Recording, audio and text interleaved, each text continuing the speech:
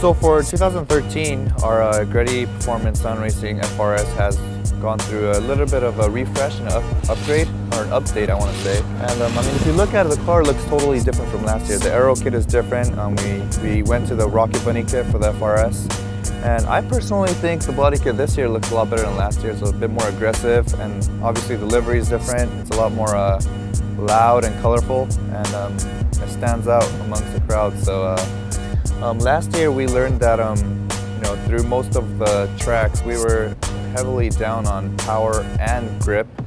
So since we're using the same flat 4 boxer engine, we wanted to maximize what the engine's capable of and basically utilize everything else around the car to you know, help speed things up. So we tried to improve the traction by changing a little bit on the suspension, and Chris at KW really stepped up his game this year for us and the tuning aspect of the suspension.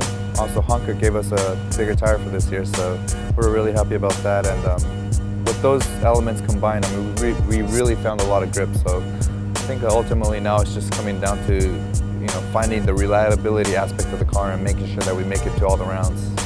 The turbo location last year was basically the stock location for a Subaru STI, so I really didn't like that layout, and I wanted to make sure the runners to the turbo were shorter so we can get a better response and a quicker spool. So Shuji, our crew chief, came up with this brilliant idea of moving the turbo right in front of the engine, so the runners to the turbo were extremely short.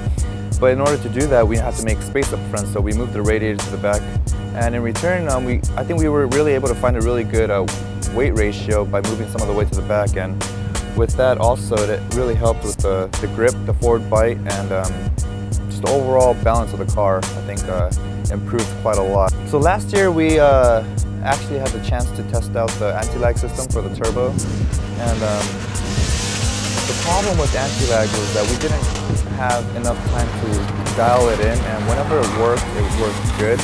But whenever it didn't, I mean, it really put a lot of stress on the motor, put a lot of stress on the turbo, and we couldn't really get it to work consistently. So we quickly moved on to using nitrous instead of anti-lag. And with the nitrous, in terms of consistency and reliability, it was a lot better than the anti-lag. So, I mean, we only used anti-lag for maybe an event and a half, and after that it was just nitrous. Overall, I really like how the car came out, and I hope everyone else is excited just as I am.